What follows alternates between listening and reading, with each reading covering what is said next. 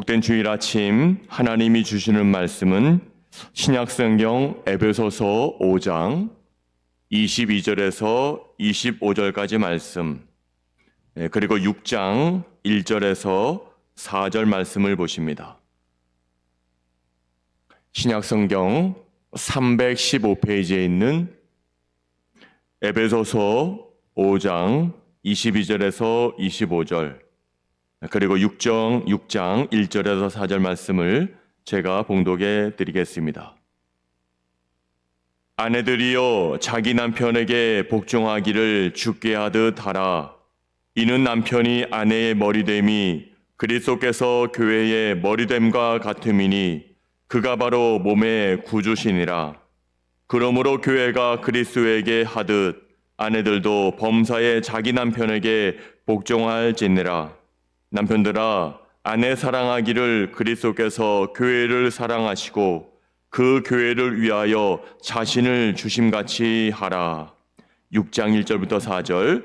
자녀들아, 주 안에서 너희 부모에게 순종하라. 이것이 옳으니라. 네 아버지와 어머니를 공경하라. 이것은 약속이 있는 첫 계명이니 이로써 네가 잘되고 땅에서 장수하리라. 또 아비들아, 너희 자녀를 노엽게 하지 말고 오직 주의 교훈과 훈계로 양육하라. 아멘. 가정은 하나님께서 우리에게 허락하신 행복한 인생을 살아가기 위한 중요한 기관이 바로 가정입니다. 바로 이 가정을 통하여 우리 하나님께서는 모든 사람들이 행복한 삶을 살 수 있도록 가장 먼저 가정을 허락하셨습니다. 그러므로 우리 인간은 이 가정을 통하여 서로에게 받아들여지며 든든한 소속감을 느끼고 안식과 평안을 누리며 궁극적으로 진정한 행복을 찾게 되는 겁니다. 근데 작금의 시대를 보시게 되면 이 가정이 그렇게 행복하게 되고 있지 않은 것 같습니다. 가정의 해체나 가정의 붕괴나 가정의 모든 가족 구성원들의 갈등이 그리합니다. 상처의 소리들이 이 사회 속에 매일매일 넘쳐나고 있는 것이 사실입니다. 오늘 하나님은 5월달 가정의 달을 먼저 한 주 앞선 가운데 오늘 우리에게 행복한 가정을 이루기 위하여 4가지 조건을 우리에게 허락해 주고 계십니다. 오늘 말씀의 제목과 같이 가장 행복한, 아니 주님이 가장 원하시는 가정이 무엇일까를 오늘 성경은 다시 한번 우리에게 직시해 주고 있습니다. 4가지의 말씀을 하고 있는데, 첫째는 남편이 아내를 어떻게 사랑할까? 둘째는 아내가 남편을 어떻게 사랑할까? 셋째는 자녀가 부모들을 어떻게 섬길까? 넷째는 그렇다면 섬김을 받은 그 부모들이 자녀들을 어떻게 양육할까? 이렇게 4가지의 초점이 맞추어져 있습니다. 바라기는 이 시간 오늘 말씀의 제목처럼 예수님이 원하시는 가정을 이루어드리기 위하여 다음에 말씀드리는 4가지 사항을 잘 지킴으로 말미암아 여러분들의 모든 가족과 가정이 행복한 삶을 살 수 있기를 우리 주님의 이름으로 축원합니다. 자, 첫 번째 오늘 주시는 말씀의 메시지는 바로 그것입니다. 남편들이 아내를 어떻게 사랑할까? 어떻게 할까? 오늘 성경은 이렇게 말씀해 주고 있습니다. 오늘 에베소서 5장 25절을 다시 한번 읽어보겠습니다. 시작. 남편들아, 아내 사랑하기를 그리스도께서 교회를 사랑하시고 그 교회를 위하여 자신을 주심같이 하라. 아멘. 남편들은 자기의 아내를 참으로 귀중히 여기고 나보다 힘이 약하다고 해서 함부로 대하거나 경홀히 대하거나 괴롭히지 말고 진심으로 진정으로 그 아내를 사랑해 주라는 겁니다. 이러한 권면도 우리 인간을 만드신 하나님께서 여자분들의 속성을 너무나 잘 아시고 이에 걸맞게 남편들이 아내들을 대해야 함을 오늘 말씀해 주고 계시는 장면입니다. 먼저 여러분, 생각면에서 보게 되면 여자분들은 대체로 총체적입니다. 아주 원형적입니다. 전체적 두뇌를 사용합니다. 광범위합니다. 현상적이고 과잉 반응할 수 있도록 하나님께서 여자분들을 창조해 주셨습니다. 대화할 때도 마찬가지입니다. 결론에 이르는 과정의 설명에는 관심이 없으시고 사소한 내용을 대화하기 좋아하며 정서적인 지지에 아주 관심이 많은 것이 여자분들의 마음입니다. 무엇보다 여자분들의 주된 관심사는 부부간의 애정 표현이나 같이 보내는 시간 등 친밀감을 느끼는 것을 아주 좋아하시는 것 같습니다. 그렇기 때문에 바로 이런 속성을 따라 하나님은 남편분들에게 아내를 귀히 여기고 사랑하라고 말씀하시고 있습니다. 그런데 그렇게 사랑하되 어떻게 사랑하라고 하십니까? 그리스도께서 교회를 사랑하시고 교회를 위하여 자신을 주신같이 하라, 이렇게 사랑하라고 합니다. 자기 자신을 위하여, 교회를 위하여 자신을 주셨다는 것은 교회를 위하여 주님께서 헌신을 다하셨다는 그런 말씀입니다. 잘 보십시오. 이 말씀을 보시면 예수님께서 교회를 사랑하사 당신을 주셨다, 이 말씀이 되는데, 물론 그 자체가 틀린 말씀이 아닙니다. 하지만 한 번 더 깊게 생각해 보시면 예수님께서 예수님의 몸을 내어주신 때가 교회가 탄생한 다음입니까? 교회가 존재하고 있는 상태에서 예수님께서 교회를 위해 죽으셨느냐는 그 말씀입니다. 교회가 있는 상태에서 주님이 내가 자신을 주신같이 그렇게 죽어줬다는 겁니까? 아닙니다. 오히려 예수님께서 십자가에서 죽으신 후에 오순절 성령 사건을 통해 교회는 태동했습니다. 그러므로 이것은 정확히 도취된 상황에 대한 말씀임을 알 수가 있습니다. 다시 말씀드리면 예수님께서 십자가에서 죽으심으로 말미암아 태동한 것이 교회입니다. 만일 예수님께서 십자가에 달리심이 없었다고 가정하면 어떻습니까? 교회 자체는 존재할 수가 없는 겁니다. 교회 자체가 예수님 당신을 내어주심을 통해 존재하는 것이기 때문에 그리 한 겁니다. 그러므로 사도 바울이 여기서 말하고자 하는 것은 태생적으로 그리스도와 교회는 사랑의 관계라는 말입니다. 그리스도의 사랑으로 말미암아 교회는 탄생했습니다. 따라서 사랑이 아니고서는 예수님과 교회의 관계는 도저히 설명될 수가 없는 겁니다. 자기의 생명을 주므로 탄생한 것이기에 교회는 예수님의 애틋한 사랑의 대상이라는 말씀입니다. 그렇습니다. 교회가 언제 탄생했습니까? 예수님께서 십자가에 달려 자신의 몸을 다 내어주신 다음에 십자가에서 죽으시고 이제 그때 이후로부터 교회가 태동한 것처럼 우리 주님은 교회를 위하여 헌신의 사랑을 하셨고, 그래서 오늘날 한국교회도 세계교회도 하나하나 성장하고 발전하게 된 겁니다. 여러분, 어느 누가 자기 몸을 매질합니까? 구박합니까? 함부로 굴립니까? 소가 닭을 쳐다보듯 바라봅니까? 아무리 바보 같은 사람이라도 자기 몸에 대해서 그러한 태도를 취하는 사람은 없습니다. 그러므로 이제 아내에 대한 여러분의 사랑을 다시 한번 점검해 보십시다. 이러한 사랑에 여러분들은 이르러졌습니까? 예수님께서 교회를 위하여 자신을 주심 같은 희생의 사랑에 여러분들이 이르렀습니까? 저를 비롯하여 남편 된 여러분, 진정 여러분의 아내 사랑이 더 진지해지고 더 진실해지기를 바랍니다. 아내에 대한 남편의 희생의 사랑이 있는 가정은 항상 기쁨이 넘치고 주님이 원하시는 가정이 될 줄로 믿습니다. 잠언에 보시면 남편이 아내를 이렇게 사랑하라, 이렇게 말씀해 주고 있습니다. 잠언 5장 18절과 19절 말씀인데요. 한번 읽어봐요. 시작. 내 샘으로 복되게 하라. 네가 젊어서 취한 아내를 즐거워하라. 그는 사랑스러운 암사슴 같고 아름다운 암노루 같으니 너는 그의 품을 항상 족하게 여기며 그의 사랑을 항상 연모하라. 아멘. 여러분, 우리 예수님께서 그리스도께서 교회를 위하여 자신의 몸을 다 내어주시는 희생적인 사랑을 하신 것처럼 남편들도 아내들을 사랑하기를 희생의 사랑을 다해야 한다는 것을 여기에서 보여주고 있습니다. 두 번째는 예수님께서 원하시는 가정이 되기 위해서 아내는 이제 남편에게 이러한 사랑을 해라라고 말씀해주고 있습니다.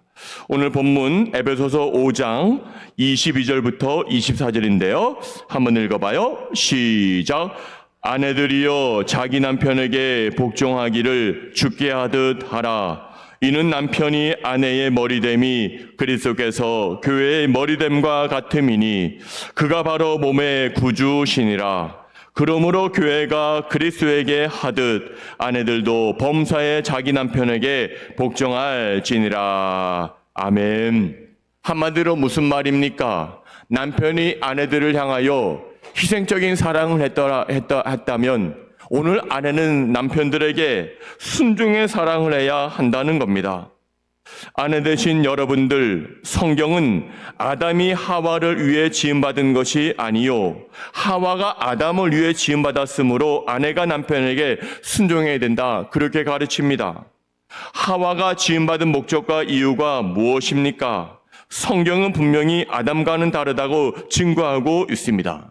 아담이 지음받은 것은 하나님이 지으신 만물을 다스리고 정복하고 관리하기 위하여 오늘 아담을 만드셨지만, 하와가 지음받은 이유와 목적은 아담을 돕는 배필로 지음받았습니다.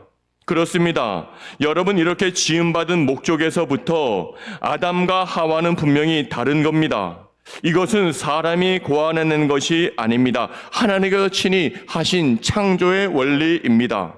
그러므로 창조 질서를 지키려면 아내는 남편에게 순종하고 복종해야 할 것입니다. 아내 되신 여러분들은 다음과 같은 아내분들이 되면 좋겠습니다. 일찍이 정치 활동을 왕성하게 했던 루즈벨트라는 분이 계셨습니다. 하지만 이분은 39살 때 늦지막하게 소아마비에 걸리게 되었습니다. 걸음을 제대로 걷지 못했습니다. 늘 휠체어 생활을 했습니다. 루즈벨트가 가만히 멍하니 집에서 그냥 집안에서만 생활하자 그의 현명한 아내가 비가 억수같이 내린 다음에, 비가 다 갠 다음에, 그 다음에 햇빛이 뜰 때 그 사람을 설득해서 밖으로 산책을 나갔습니다. 그래서 루즈벨트 그 부인이 이렇게 이야기합니다. 비가 온 뒤에는 반드시 이렇게 맑은 날이 올 겁니다. 당신도 마찬가지입니다. 뜻하지 않는 병으로 다리는 불편했지만 그렇다고 당신 자신이 달라진 것은 하나도 없습니다. 여보, 우리 조금만 힘을 냅시다라고 칭찬을 해주고 격려해 줬습니다. 아내의 말에 루즈벨트가 이렇게 대답합니다. 하지만 나는 영원한 장애자가 되었소. 그래도 나를 사랑하겠소. 아니, 무슨 그런 섭섭한 말을 하십니까? 그럼 내가 지금까지는 당신의 두 다리만을 사랑했나요? 아니요, 나는 당신의 전체를 사랑했습니다. 라고 현명한 여인이 대답했습니다. 아내의 이 재치 있는 말에 루즈벨트는 용기를 얻었습니다. 후에 그는 장애인의 몸으로 아시겠지만 미국의 대통령까지 역임하게 되었고 대통령 중에 존경받는 미국인 한 사람이 되었습니다. 여러분, 예수님께서 원하시는 가정이 되기를 원하시는 부부 여러분, 오늘 하나님께서 여러분들을 맺어주셨다고 분명히 믿으시고 서로 사랑하시며 서로 세워주고 서로 존경하며 건강한 부부관계를 꼭 이루셔서 여러분들의 가정 전체를 참 아름다운 가정으로, 하나님께서 기뻐하시는 가정으로 꼭 만들어 가실 수 있기를 주의 이름으로 축복합니다. 오늘 또 하나, 그렇다면 오늘 하나님이 원하시는 가정이 되기 위해서는 자녀가 부모에게 순종하고 부모를 공경해야 된다. 성경은 이렇게 말해주고 있습니다. 오늘 본문 에베소서 6장 1절과 2절을 한번 읽어봐요. 시작. 자녀들아, 주 안에서 너희 부모에게 순종하라. 이것이 옳으니라. 내 아버지와 어머니를 공경하라. 이것은 약속이 있는 첫 계명이니. 아멘. 이 세상에 존재하는 모든 사람들은 예외 없이 모두 부모를 통해 이 땅에 태어났습니다. 부모 때문에 존재할 수 있게 되었습니다. 하나님은 부모를 통하여 우리를 재창조하신 겁니다.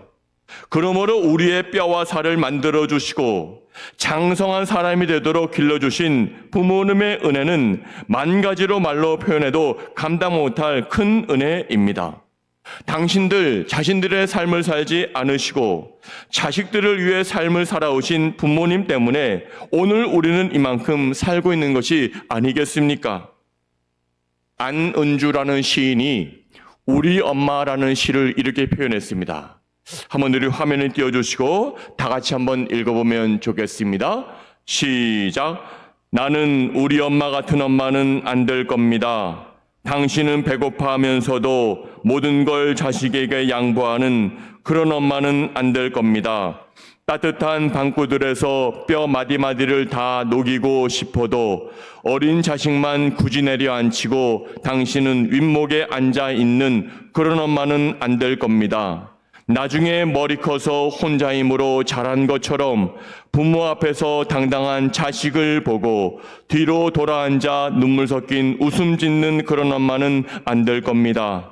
그 당당한 자식이 늦은 밤에 엄마 때문에 홀로 눈물로 베갯잎을 젖게 하는 그런 엄마는 안 될 겁니다. 나와 엄마는 얼굴을 보기 전부터 이미 서로 사랑을 했었습니다. 그러나 나는 우리 엄마같이 모든 걸 쏟아붓는 그런 엄마는 안 될 겁니다. 여러분 어떻습니까? 이 시에서 시인이 이런 엄마가 안 될 거라고 굳이 말하는 것은 내가 아무리 노력해도 그런 엄마가 될 수 없다는 열설적인 표현입니다. 애들로 표현하는 것입니다. 나는 엄마의 사랑을 도저히 따라갈 수 없다는 그러한 표의 시인입니다. 나도 지금 엄마가 되어 자식을 기르고 있지만 나를 키워주신 우리 엄마처럼 지금 하고 있지 못하다는 뜻 아니겠습니까? 정말 이 시처럼 우리의 부모님들은 이유 없는 사랑으로, 조건 없는 사랑으로, 그야말로 가히 없는 사랑으로 모든 것을 우리에게 다 주셨습니다. 그러니 우리가 어찌 부모님의 말씀에 순종하지 않을 수가 있겠습니까? 오늘 성경은 다시 한번 말합니다. 자녀된 여러분들에게 말씀하시는 것은 네 부모를 공경하라 이렇게 말씀하고 있습니다. 우리가 부모님을 공경해야만 하는 이유는 하나님께서 우리에게 모든 것을 명령하셨기 때문입니다. 부모 공경은 인간적인 윤리이상이자 하나님의 명령입니다. 이것이 무너지면 터가 무너지기 때문에 부모를 잘 공경하여 참다운 인간 공동체를 이루어 나갈 것을 하나님은 지금 명령하고 계시는 겁니다. 그러므로 오늘날 터가 무너지고 있는 이 사회는 부모를 잘 공경하지 못한 결과입니다. 우리는 하나님의 명령을 따라 우리의 부모와 어른을 잘 공경하는 그리스도인이 되어야 할 것입니다. 부모를 공경하는 것이 이렇게 중요한 계명이 되기 때문에 성경은 부모 공경에 대해서 아주 단호하게 태도를 취하고 있는 겁니다. 신명기 21장 18절과 21절의 말씀에 보시면 부모를 이렇게 대하라 성경은 명령하고 있습니다. 한번 읽어보겠습니다. 시작. 사람에게 완악하고 패역한 아들이 있어 그의 아버지의 말이나 그 어머니의 말을 순종하지 아니하고 부모가 징계하여도 순종하지 아니하거든 그 성읍의 모든 사람들이 그를 돌로 쳐 죽일지니 이같이 내가 너희 중에서 악을 제하라. 그리하면 온 이스라엘이 듣고 두려워하리라. 돌로 쳐 죽이라는 겁니다. 부모를 공경하지 않는 자녀들을 말입니다. 그러면 이스라엘이 다 듣고 두려워하겠다는 말입니다. 계속 말씀하십니다. 신명기 27장 16절 말씀을 읽어볼까요? 시작. 그의 부모를 격렬히 여기는 자는 저주를 받을 것이라 할 것이요 모든 백성은 아멘할지니라. 그렇습니다. 또 하나 잠언 23장 22절과 25절 말씀 시작. 너를 낳은 아비에게 청종하고 내 늙은 어미를 경히 여기지 말지니라. 내 부모를 즐겁게 하며 너를 낳은 어미를 기쁘게 하라. 아멘. 여러분 어떻습니까? 성경이 너를 낳아주신 부모에게 공경하라는 것은 하나님의 위대하신 명령입니다. 이것이 흔들리게 되면 가정과 가족의 모든 터가 흔들리기 때문에 오늘 주님이 경고의 말씀을 해주고 계시는 장면입니다. 이렇게 부모님의 말씀에 순종하고 공경하는 자에게 하나님은 이러한 축복을 주시마라고 약속하지 않으셨습니까? 오늘 에베소서 6장 3절에 보시면 이로써 잘되고 땅에서 장수하리라 말씀해주고 있습니다. 사랑하는 자녀 여러분, 부모님의 말씀에 순종하고 그 부모님을 공경할 수 있는 자녀의 삶을 잘 살아가는 여러분들이 되셔서 주님께서 원하시는 가정을 하나하나 세워나갈 수 있는 축복의 자녀들이 되시기를 바랍니다. 부모가 이제는 어떻게 해야 될 것인가? 네 번째입니다. 부모는 자녀를 양육할 때 이러한 마음으로 해야 할 것입니다. 한번 읽어봐요. 오늘 6장 4절 말씀인데요. 시작. 또 아비들아 너희 자녀를 노엽게 하지 말고 오직 주의 교훈과 훈계로 양육하라. 아멘. 여러분, 부모님들이 자녀들을 교육함에 있어서 항상 우선해서 생각해야 할 것이 있습니다. 그것은 바로 아이들을 인격적으로 무시하거나 그들에게 상처를 주지 않아야 한다는 겁니다. 3살짜리 어린아이라도 보십시오. 그 아이를 이유 없이 때리거나 상처를 주게 되면 그 아이는 싫어합니다. 아직 그 아이가 어린이기 때문에 모른다고요? 아닙니다. 어릴수록 자신을 미워하거나 무시하고 마구 대하는 사람을 더 잘 압니다. 그리고 싫어합니다. 반대로 그 아이를 예뻐해 보십시오. 분명히 압니다. 바라기는 부모된 자신의 언행으로 인해 아이에게 상처를 주었거나 절망감을 주었다면 이제는 그것을 돌이켜서 하지 않기를 바랍니다. 우리에게는 자녀에게 상처를 입힐 권한과 능력이 없습니다. 성경 어디에도 아이를 무시하거나 마음 아프게 해도 된다는 하나님의 말씀은 없기 때문에 그리한 겁니다. 그러므로 우리는 그러한 말 대신 아이를 어떻게 양육하면 되겠습니까? 한번 따라해 보실까요? 자녀 양육의 목표는 신앙입니다. 다시 한번요. 자녀 양육의 목표는 신앙입니다. 그렇습니다. 자녀를 양육하기 위한 목표는 신앙입니다. 우리는 신앙으로 자녀를 양육해야 됩니다. 모세는 부모로부터 버림받은 아이였습니다. 어쩔 수 없는 이유가 있다 하더라도 분명히 버림을 받은 겁니다. 그리고 모세는 이방 나라 궁궐 깊은 곳에서 자라났습니다. 그런데 보십시오. 성경은 모세가 나이 40세가 되었을 때 자기 동족을 돌아볼 마음이 생겼다고 증거하고 있습니다. 그리고 바로의 궁정에서 살기 잠시 죄악의 낙을 누리는 것보다 하나님의 백성과 함께 고난을 받는 것을 더 좋아했다고 말하고 있습니다. 이것은 단순히 모세의 순간적인 감정에서 나온 발상이 아닙니다. 그렇다면 금방 그만두었을 겁니다. 근데 성경을 보시면 모세는 끝까지 자기 백성을 애굽 바로의 손에서 구원했음을 계속 말해주고 있지 않습니까? 이것은 자기 백성을 구해내겠다고 하는 생각이 모세의 가슴속 깊이 다짐으로 자리 잡고 있었음을 반영하고 있는 겁니다. 여러분, 이러한 모세의 능력이 어쩔 때 가능했습니까? 바로 애굽 궁중에 유모로 들어간 모세의 어머니 요게벳의 신앙교육에서 찾을 수 있습니다. 여러분, 어려서부터 철저한 신앙교육을 시킬 때 그 아이는 진정으로 위대한 아이, 바른 아이로 자라는 것입니다. 이것을 누구보다 뼈저리게 느낀 것이 바로 모세 아닙니까? 보십시오, 여러분. 그래서 모세가 죽음을 목전에 두고 마지막 유언과도 같은 설교를 할 때 이스라엘 백성들에게 무엇을 강조했습니까? 이스라엘아 들으라라고 말씀하시며 쉐마를 강조하지 않았습니까? 이 쉐마가 오늘날까지 전해짐으로 유대인들은 위대한 어버이가 되고 하나님의 자녀가 된 것입니다. 자, 이제 여러분의 가정이 오늘 예수님이 원하시는 가정이 되려면 어떻게 해야 되겠습니까? 오늘 주님은 사도 바울을 통하여 우리에게 말씀해주고 있습니다. 남편들이여 아내들을 사랑할 때 교회가 그리스도를 위하여 헌신의 사랑을 하는 것처럼 아내들을 헌신적으로 사랑해라. 아내들이요 남편들을 사랑할 때 그 말에 복종하고 순종해라. 어른들이요 부모들이요 자녀들을 양육할 때 주의 말씀으로 양육해라. 자녀들이요 부모를 공경하고 그들의 말씀에 순종해라. 성경은 이렇게 말씀해주고 있습니다. 이제 여러분은 자신이 과연 어디에 속하는지, 남편에 속하는지, 아내에 속하는지, 자녀에 속하는지, 부모에 속하는지 잘 생각하셔서 그 자리자리에서 최선을 다해서 해야 할 일을 잘 감당하실 수 있기를 바랍니다. 그리할 때 오늘 예수님이 원하시는 가정이 될 수가 있는 것입니다.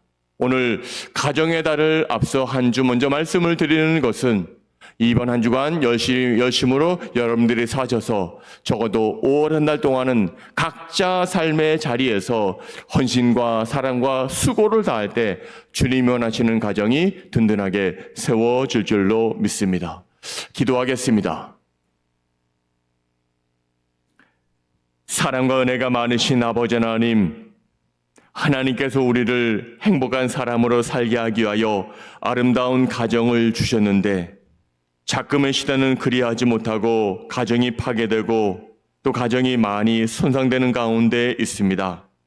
오늘 하나님의 말씀을 우리가 잘 듣고 지켜 행함으로 말미암아 건강한 가정을 세워나갈 수 있는 우리 교인들 되게 하여 주시옵소서. 예수님의 이름으로 감사하며 기도하옵나이다. 아멘.